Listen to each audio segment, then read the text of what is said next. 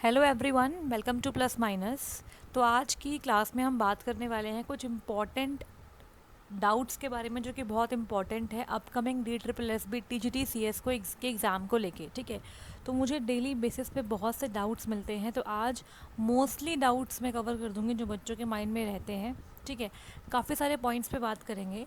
जो भी आपके डाउट्स रह जाएंगे वो आप इसी वीडियो के नीचे डिस्क्रिप्शन बॉक्स में भी दे सकते हो, ताकि फर्दर मैं उसको डिस्कस कर पाऊँ। ठीक है, फर्स्ट ऑफ ऑल देखो, एग्ज़ाम आपका अभी तो होने के चांसेस नहीं लग रहे हैं, लेकिन अगस्त के आसपास चांसेस बन सकते हैं एग्ज़ाम होने के। ठीक है, जुलाई और अगस्त के आसपास, तो थोड़ा जुलाई एंड या अगस्त के आसपास एग्ज़ाम हो सकता है। तो मैं ये नहीं बोलूँगी कि मैं डेट रिलीज़ कर रही हूँ, लेकिन आपको थोड़ा अलर्ट रहना है। उन टॉपिक्स को समझना है जो बहुत इम्पॉर्टेंट है, उनको पहले कवर करो, और जो लेस इम्पॉर्टेंट है उनको जब पहले वाले कंप्लीट हो जाए तो उन्हें भी कंप्लीट करने का ट्राई करो। प्रैक्टिस क्वेश्चंस करो और साथ साथ मॉक टेस्ट लगाओ। जब तक मॉक टेस्ट नहीं लगाओगे, जब तक आपको अपना रियल एनालिसिस पता नहीं चलेगा। ठीक है, तैयारी को तो करना ही है आपको अच्छे से, लेकिन उसके साथ साथ कुछ बच्चों के डाउट्स भी आ रहे हैं, उन्हें भी लेना बहुत ज़रूरी है। स्टार्ट करते हैं आज की क्लास को। अगर ये क्लास पसंद आए तो आप अपने सभी फ्रेंड्स के साथ भी शेयर करना, ताकि अगर उनके भी कोई डाउट्स हो तो वो भी समझ पाएँ इस चीज़ को। ठीक है, क्लास पसंद भी करना, लाइक करना, सब्सक्राइब करना और सबको शेयर कर देना। ठीक है, देखिए, सबसे पहले मैं यहाँ पे बात करूँगी कुछ इम्पॉर्टेंट पॉइंट्स के बारे में। तो देखो यहाँ पे, जस्ट अ मिनट,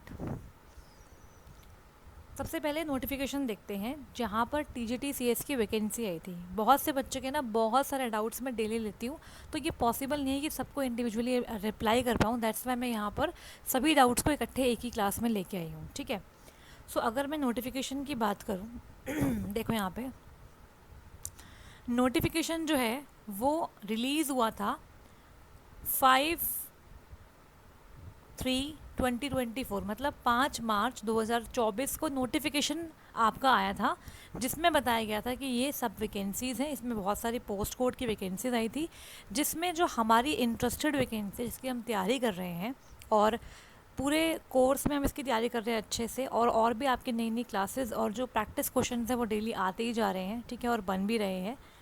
तो हम जो तैयारी कर रहे हैं वो कर रहे हैं 56/24 पोस्ट कोड की, that is TGT computer science, जो कि DOE ने रिलीज़ करी वैकेंसी।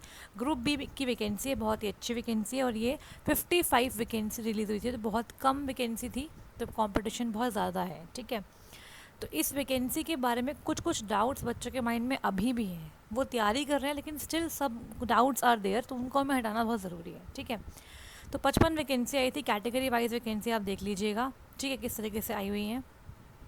अब यहाँ पे हम बात करें, सबसे पहले आपको ये समझना है कि यहाँ पर जब भी DSSB कोई भी नोटिफिकेशन रिलीज़ करता है ना, तो उस नोटिफिकेशन की एक लास्ट डेट होती है फॉर्म फिलिंग की, मतलब एप्लीकेशन फॉर्म आप इस डेट तक ही फिल कर सकते हो।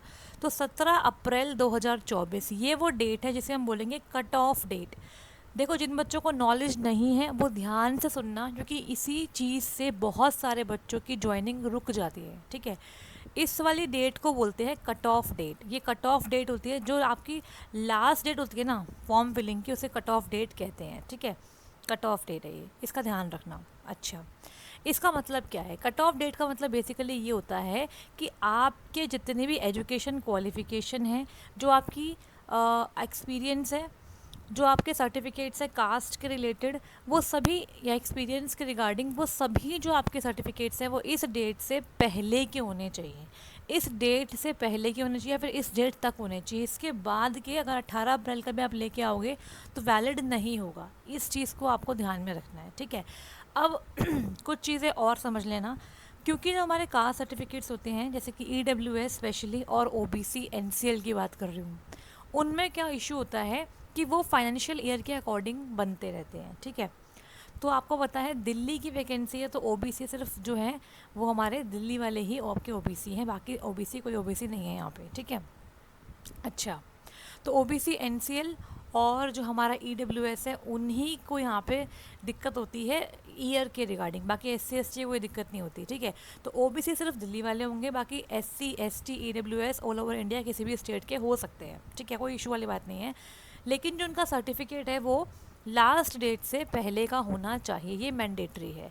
अच्छा, अब अगर हम बात करें ईडब्ल्यूएस की, ये डाउट्स ही है मेरे पास जो मैं आपको अभी बता रही हूँ, कि मेरे पास डाउट आते हैं डेली बेसिस पे, इसलिए समझ लो, ताकि अगर अभी भी कुछ दिक्कत हो आपको तो आप उसे समझ पाओ।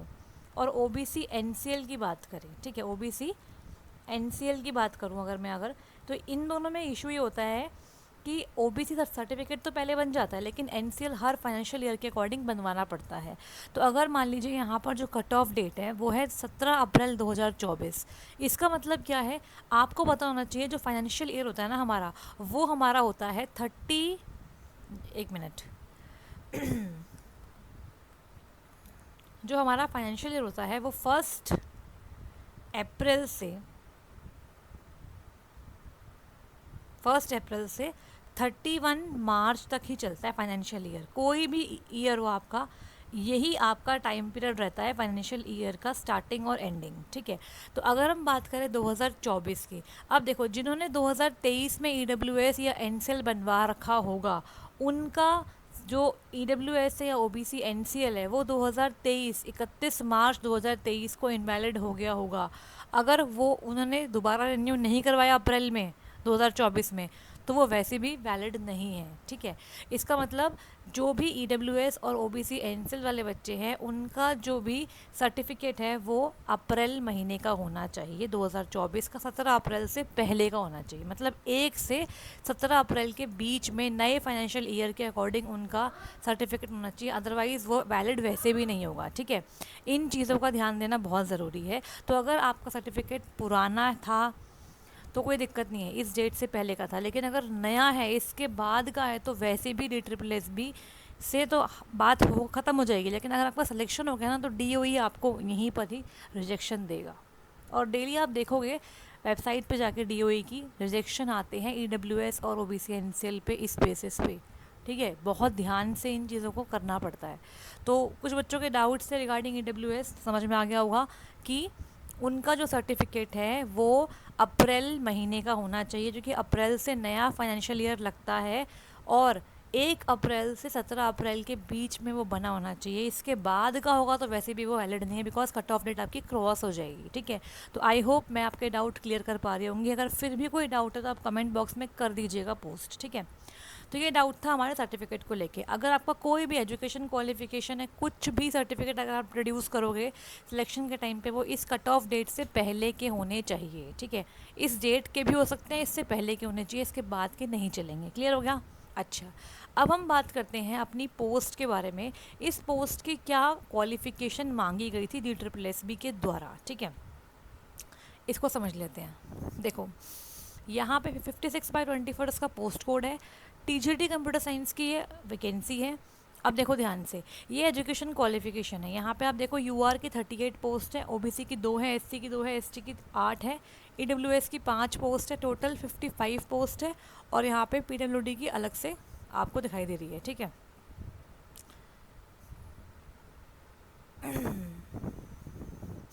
अब देखो यहाँ पे क्वालिफ़िकेशन आपकी क्या होनी चाहिए, उसमें बड़ी कन्फ्यूजन रहती है यहाँ पे, ठीक है। देखो, या तो आपने किसी भी रिकॉग्नाइज्ड यूनिवर्सिटी से BCA कर रखा हो, bachelor degree in computer application, BCA अगर आपने कर रखा है किसी भी रिकॉग्नाइज्ड यूनिवर्सिटी से, तो आपकी डिग्री बिल्कुल वैलिड है, कोई दिक्कत वाली बात नहीं है, ठीक है। या फिर आपने BE और BTech कर रखा हो, सिर्फ और सिर्फ कंप्यूटर साइंस वैलिड है और IT वैलिड है, ठीक है। इलेक्ट्रॉनिक्स वाले, मैकेनिकल वाले, सिविल वाले वैलिड नहीं है, ठीक है। BE BTech कर रखी हो कंप्यूटर साइंस में, या फिर IT में कर रखी हो, मैकेनिकल, सिविल, बाकी अलग अलग स्ट्रीम्स वैलिड नहीं होगी, यहाँ पे साफ साफ मेंशन्ड है, ठीक है। इस पर बात करूँगी मैं अभी थोड़ी देर बाद। या फिर आपने कोई भी नॉर्मल ग्रेजुएशन कर रखी हो किसी भी सब्जेक्ट में, कि आपने BCom कर रखी हो, BA कर रखी हो, कुछ भी कर रखा हो, ठीक है, बस वो आपकी 3 ईयर की ग्रेजुएशन होनी चाहिए। साथ में आपने A लेवल का जो कोर्स है, जो कि नीलिट करवाता है, डोएक पहले करवाता था, अब करवाता है नीलिट। अगर आपने A लेवल कोर्स कर रखा है अलॉन्ग विद योर ग्रेजुएशन, तो आप भी यहाँ पर एलिजिबल हो इस फॉर्म को भरने के लिए, ठीक है। देखो, इन तीनों में तो कोई दिक्कत कभी आती नहीं है। दिक्कत जो आती है ना, वो सेकंड पॉइंट में आती है, बिकॉज इस सेकंड पॉइंट में जो स्टेटमेंट लिखी है ना, वो इतनी ज़्यादा डिफरेंट लैंग्वेज में लिखे, ये किसी को भी समझने में दिक्कत आ सकती है। तो ये गलती IEEE की तरफ से ही है कि वो यहाँ पे क्लियरिटी नहीं रखते हैं कि वो कौन सी डिग्री की बात कर रहे हैं, ठीक है। यहाँ लिखा हुआ है graduation in computer science from a recognised university provided that, ये जो लाइन है ना, प्रोवाइडेड दैट, यही सारी कन्फ्यूजन पैदा करती है। Provided that the computer science subject must be studied in all 3 years as a main subject.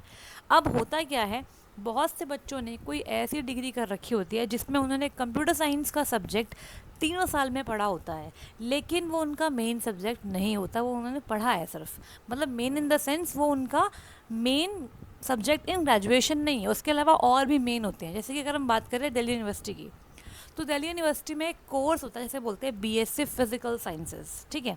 अलग अलग यूनिवर्सिटी में अलग अलग नाम के कोर्स होते हैं। तो BSc फिजिकल साइंस एक कोर्स है जिसमें होता क्या है, कंप्यूटर साइंस, मैथमेटिक्स, फिज़िक्स, या कंप्यूटर साइंस मैथमेटिक्स, मतलब कंप्यूटर साइंस की जगह केमिस्ट्री होती है, केमिस्ट्री, मैथमेटिक्स और फिजिक्स, ऐसे कॉम्बिनेशंस बना के बच्चों को सब्जेक्ट्स अलॉट करते हैं, ठीक है। अब उसमें होता ये है कि computer science as a main subject ही मिलता है, 3 साल मिलता है, लेकिन वो एक सब्जेक्ट होता है, सिर्फ एक पार्ट, वो पूरा सब्जेक्ट नहीं होता, ठीक है। आप फिजिक्स भी पढ़ रहे हो, आप केमिस्ट्री भी पढ़ रहे हो, आप बायोलॉजी भी पढ़ रहे हो, और साथ में कंप्यूटर साइंस भी पढ़ रहे हो हर सेमेस्टर में, लेकिन आपका मेन सब्जेक्ट नहीं है, वो आपकी BSc फिजिकल साइंसेज है, ठीक है, या बैचलर ऑफ साइंस है, जर्नल है, बिल्कुल BSc जर्नल जिसे कहते हैं, BSc पास जिसे कहते हैं, वो है वो, ठीक है। उस डिग्री को DOE वैलिड नहीं मानता है। क्यों नहीं मानता? क्योंकि बहुत सारे प्रीवियस बच्चे ऐसे थे जिन्होंने इसी डिग्री पर एग्ज़ाम फुलफिल किया था, इवन सिलेक्शन भी हो गया था, लेकिन DOE ने उन्हें आज तक भी ज्वाइनिंग नहीं दी है। तो ये कन्फ्यूजन होती है, ठीक है।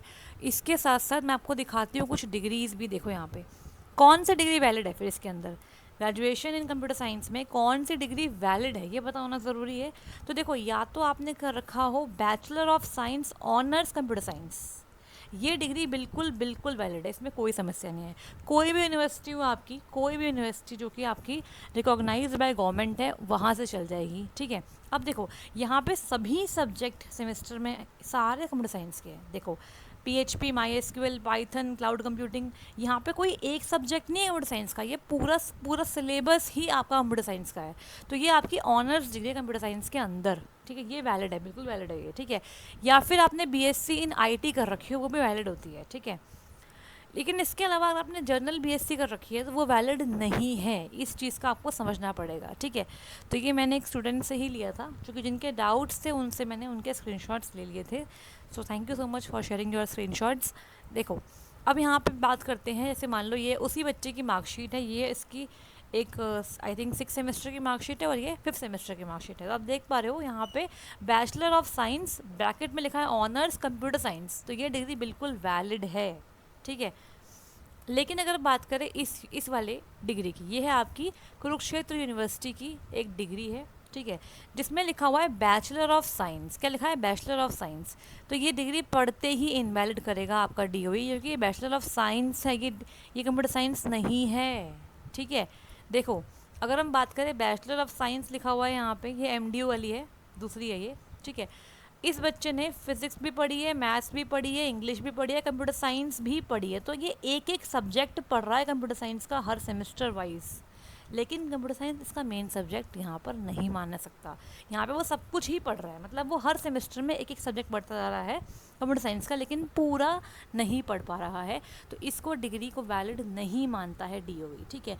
अब इस पर एक चीज़ और भी मैं ऐड करना चाहूँगी, कुछ स्टूडेंट्स ने, प्रीवियस स्टूडेंट्स ने केस डाला था कैट में रिगार्डिंग दिस इशू कि उनकी डिग्री वैलिड है और उन्होंने कंप्यूटर साइंस पढ़ी है हर साल में एक सब्जेक्ट। अब देखो भले ही उन्होंने पढ़ी हो ना पढ़ी हो, लेकिन जो यहाँ पे लिखा है ना, जो ये लिखा है, इसके अकॉर्डिंग तो वो बच्चे सही बोल रहे हैं। जस्ट अ मिनट,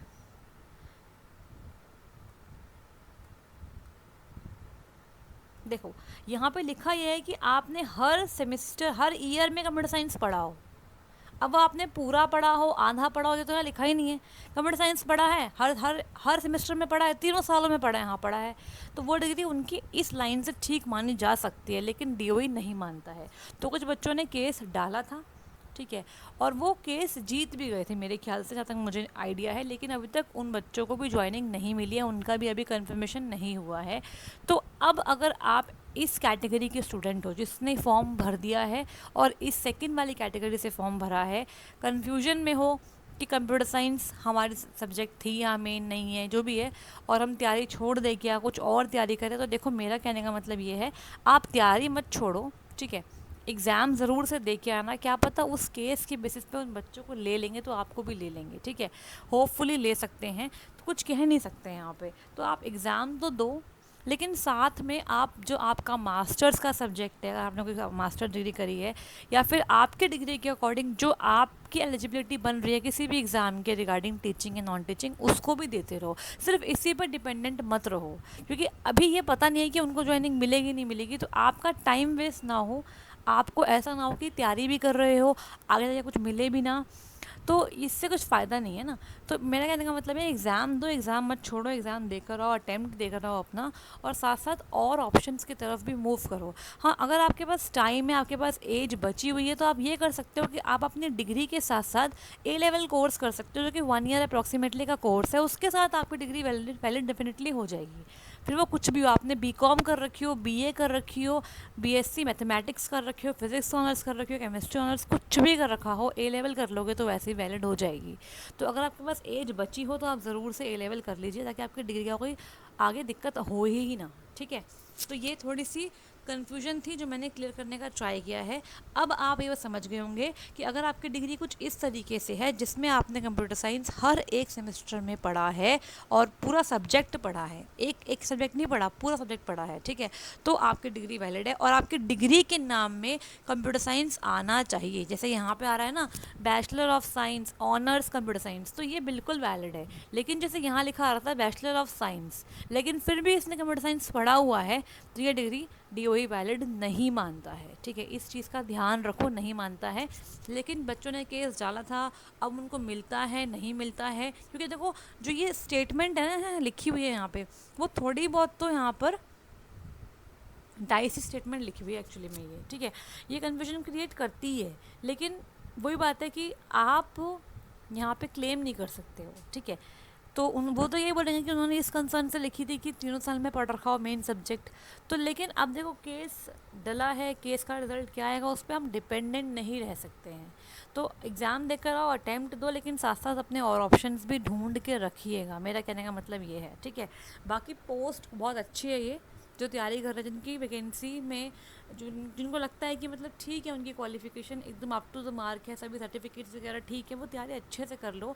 बहुत ही अच्छी पोस्ट होती है ये, इसमें बहुत अच्छी सैलरी मिल रही है आपको। देखो ग्रुप बी की पोस्ट है, नॉन गस्टेड पोस्ट है, लेकिन लेवल 7 की पोस्ट है, तो काफ़ी अच्छी यहाँ पे सैलरी मिलती है, और अच्छा मतलब आपका वो रहेगा, स्टूडेंट्स के साथ इंट्रैक्शन भी अच्छा रहेगा। 10 तक के बच्चों को आप पढ़ाओगे, बहुत अच्छी जॉब रहती है ये, ठीक है। कर सकते हो आगे अच्छे से, इवन आप बाद में प्रमोशन भी आपको देखने को मिलने वाला है, लेकिन वो टाइम टू टाइम होता है, डिपेंड करता है आपकी कैटेगरी की पोस्ट कितनी है, आपकी क्या रैंकिंग है, ठीक है। तो ये तो बात की बात है। अगर इसके बाद भी कोई डाउट आपका बचता है इस पोस्ट की एलिजिबिलिटी के रिगार्डिंग, या कुछ भी डाउट हो जो आपको समझ नहीं आ रहा, आप पूछ सकते हो डेफिनेटली, ठीक है। अच्छा, अब आपको देखो कहीं और ऑनलाइन कुछ पढ़ने की ज़रूरत नहीं है, मतलब कुछ भी अगर आपको ऑनलाइन कोई एलिजिबिलिटी लिखी हुई मिल रही है उसे मत देखो, आपके पास जो लिखा है ना वो यही लिखा हुआ है। ये जो नोटिफिकेशन में लिखा होता है ना, वो ही सबसे बड़ा है, सबसे इम्पॉर्टेंट वही है। बाकी ऑनलाइन स्टफ़ क्या क्या मिल रहा है, उसमें क्या लिखा है, उस पर आप बिल्कुल मत जाइए, जो यहाँ लिखा है वही माना जाएगा, उसी पे बात होगी, इसके अलावा ना एक यहाँ ना एक वहाँ, ठीक है। चलिए, तो मेरे ख्याल से मैं डाउट क्लियर कर पाई हूँ, और बहुत ही जल्दी आपको एक स्ट्रैटेजी वीडियो मिलेगी जिसमें हम बात करेंगे बहुत सारे इंपॉर्टेंट टॉपिक्स के बारे में। टॉपिक्स मतलब क्या है कि कुछ टॉपिक्स ऐसे हैं जो अभी कवर नहीं हुए हैं, उनकी स्ट्रैटेजी कैसे रहने वाली है, मैं उसे कैसे कवर कराऊंगी, और कुछ नए नए जो सब्जेक्ट्स आप देख रहे हो, जैसे कि अगर बात करूँ मैं, जस्ट अ मिनट, अगर मैं बात करूँ जो सिलेबस रिलीज़ किया था एनडीएमसी ने, ठीक है, तो वो सिलेबस मेरे पास ये रहा। ये सिलेबस रिलीज़ किया था एनडीएमसी ने फॉर टीजीटी कंप्यूटर साइंस, जिसका इस ईयर एग्ज़ाम भी हुआ था, आई थिंक फेब के अराउंड हुआ था, कब हुआ था इसका एग्ज़ाम, हुआ था ना। तो उसमें यहाँ पे अगर हम देखें तो ये पूरा सिलेबस है, इसी को आप आधार बना सकते हो for DOE TGT computer science exam. तो लगभग यही ऐसा ही सिलेबस रहने वाला है। इसको मुझे डिस्कस करना है डिटेल में कि कौन कौन से टॉपिक्स हमारे हो चुके हैं, कौन कौन से रह गए हैं, अब कैसे क्या स्ट्रैटेजी होने वाली है, कौन कौन से टॉपिक्स पर आपको बहुत ज़्यादा फोकस करना है, किसी किसी को आप छोड़ भी सकते हो, ठीक है, उन सब पे बात करूँगी। लेकिन वो उसके लिए एक अलग से वीडियो चाहिए मुझे, क्योंकि उसके लिए मुझे काफ़ी सारी बातें करनी है, बहुत सारी चीज़ें डिस्कस करनी है आप लोगों के साथ, ठीक है। तो वो मैं कर लूँगी। बाकी जो एप्लीकेशन पे बच्चे पढ़ रहे हैं मेरे साथ, ठीक है, उनको बता दूं कि मैंने सी प्लस प्लस की आई थिंक प्रैक्टिस जो प्रैक्टिस पीडीएफ है वो डाल दी है, 100 क्वेश्चंस की वो पीडीएफ है। And similarly HTML and web technologies की जो पीडीएफ है 100 क्वेश्चंस की, वो भी डल गई है। उसे आप प्रैक्टिस कीजिए। और भी प्रैक्टिस पीडीएफ्स बन रही हैं, वो आपको जल्दी मिल जाएंगी, अवेलेबल हो जाएगी, ठीक है। इसी के साथ साथ जो भी मेरी आगे की स्ट्रैटेजी होगी आपके साथ, वो मैं शेयर कर दूँगी। और मॉक टेस्ट आप ज़रूर लगाइए, बिकॉज मॉक टेस्ट जब तक नहीं लगाओगे, एनालाइज नहीं करोगे, तब तक आपको कुछ भी रिजल्ट अच्छा नहीं मिलने वाला है। मॉक टेस्ट का मतलब यही नहीं है आपने मॉक टेस्ट लगाया और छोड़ दिया। आप मॉक टेस्ट लगाओ, फिर उसको एनालाइज करो कि मेरी कहाँ गलती हो रही है, कौन से टॉपिक्स पे मुझे कमज़ोर लग रहा है कि इसे सही करना है, नहीं करना है। पेपर 1 को भी ध्यान देना है, बिकॉज सिलेक्शन में पेपर 1 भी एक बहुत इंपॉर्टेंट फैक्टर रहता है। ये नहीं कि आप पेपर 2 पे फोकस कर रहे हैं। अपने दिन को डिवाइड कर लीजिए इस तरीके से कि पेपर 1 को भी टाइम देना है, पेपर 2 को भी टाइम देना है। मेरे अकॉर्डिंग तो पेपर 1 ज़्यादा मुश्किल होता है, क्योंकि उसमें अलग अलग सब्जेक्ट्स होते हैं, 5 सब्जेक्ट, ठीक है। उसमें आपको अलग अलग सब्जेक्ट वाइज टाइम देना होता है, तो वो थोड़ा डिफिकल्ट होता है, ठीक है। उसमें अगर आपने नंबर ले लिए ना, अगर 65 प्लस नंबर वहाँ आ गए ना, तो पेपर 2 आपका डेफिनेटली अच्छा होगा, अगर आपने अच्छे तैयारी करी है तो। और फिर आपका एग्ज़ाम भी क्लियर होने के पूरे पूरे चांसेस है, ठीक है। बाकी डिटेल में और बात करूँगी, लेकिन नेक्स्ट वीडियो में, जो कि होगी स्ट्रैटेजी वीडियो। थोड़ा सा पेशेंस रखो, जल्दी आपको वीडियो मिलेगी, क्योंकि मुझे भी थोड़ा सा टाइम लगता है चीज़ों को अच्छे तरीके से ऑर्गेनाइज़ करने में और सीक्वेंस में लाने में, ठीक है। Thank you so much. अगर फिर भी कोई डाउट है तो आप कमेंट में बता दीजिएगा, मैं उसे देख लूँगी और साथ में डिस्कस कर लूँगी। और अगर आपको ये क्लास पसंद आई है, इन्फॉर्मेशन समझ में आ रही है, तो लाइक कर दीजिएगा, सब्सक्राइब करें प्लस माइनस चैनल को। And thank you so much